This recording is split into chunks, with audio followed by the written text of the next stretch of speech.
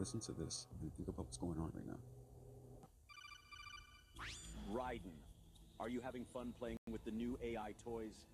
Well, yeah, I am. You can make pictures of cute anime girls and... Enjoy it while it lasts, Raiden.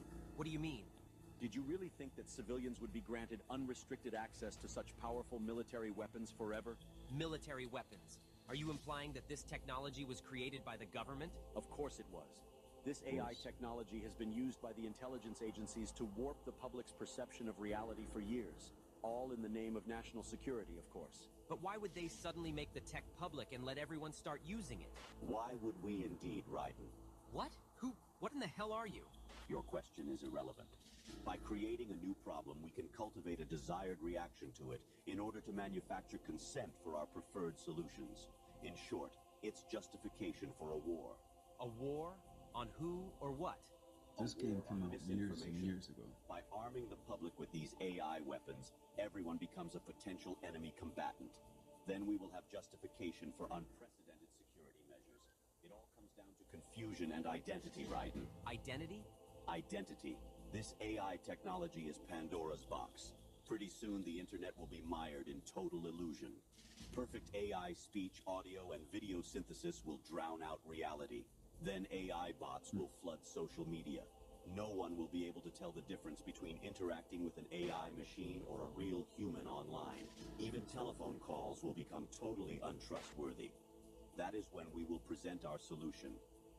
Mandatory digital identity verification for all humans at all times. There it is. The only way to ensure that you're dealing with a real flesh and blood human being and not an AI-generated mirage. But why? Total information control. For too long, the internet has acted as a double-edged sword. Its potential for anonymous user activity allows anyone at all to spread any thoughts, ideas, or information patterns that they please with impunity. State secrets, dangerous ideas, ludicrous conspiracy theories, misinformation, and disinformation. Until now, there has been no easy solution to this problem. Our digital identity platform will finally put an end to anonymity online. It will allow us to trace misinformation and other dangerous communications to its source and exact appropriate justice. That's crap! I won't go along with it, and others will resist. You won't. I'm talking about AI, artificial intelligence, the missing link between computers and human thought. You mean machines that think? Yes, and with a will of their own. They could process raw data 1,000,000 times faster than we, yet still be able to make the leaps of intuition that inspired our greatest minds. Sounds as if the human race would become quite expendable. Except for butlers, of course. Of course. They're going to pardon all the world debt if you accept digital ID. Look, our money is a debt-based currency, which is why the world is in debt to the bank. And this is unsustainable, because the more money they print to try and ease out the deficit, the more expensive everything becomes because of inflation, because the money gets devalued. And what they're eventually going to do, the world is going to get to such a point where people are not going to be able to afford to live, right? And the central bank is going to come out and say, look, if you all get digital ID, we will forgive all the debt. You will owe nothing. You won't have a mortgage. You won't have any loans. We will forgive it all.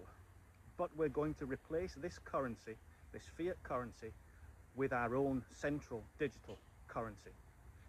And everything will drop in price. Everything will go back to like it was 200 years ago. Things will be affordable. People will be able to live, but only if you take the digital ID. The people that don't take the digital ID will not be able to use this new currency. They won't be able to buy anything. They won't be able to sell anything because they won't be in that new world. And this is the question you have to ask yourself, is what steps are you taking right now in case this happens? Let's say this happens. Where are you going to get your food from? You're not going to be able to buy it in the supermarket. Where are you going to get your water from? You're not going to be able to buy it. It's not going to be able to come through your tap. You're not going to be able to pay anything because you won't be able to use the money. Now is the time to start taking steps. Get access to land. Start planting your own food. Form community with like-minded people who are working towards becoming independent from the system, working to be able to feed themselves. And the only way we're going to be able to do this is together. And I know it's difficult because we don't trust each other. We don't trust each other because we've grown up in a system of greed, a system where we are pitted against each other in competition. But the solution to a competition-based system is a cooperation-based system, a system of unity and community. So if you're interested in hearing more about that, I'm going to open my group up, the Abundance Project, for a short period of time for free. If you want to be a member of it, reach out and we can talk about it, see if you're a good fit for the community, right?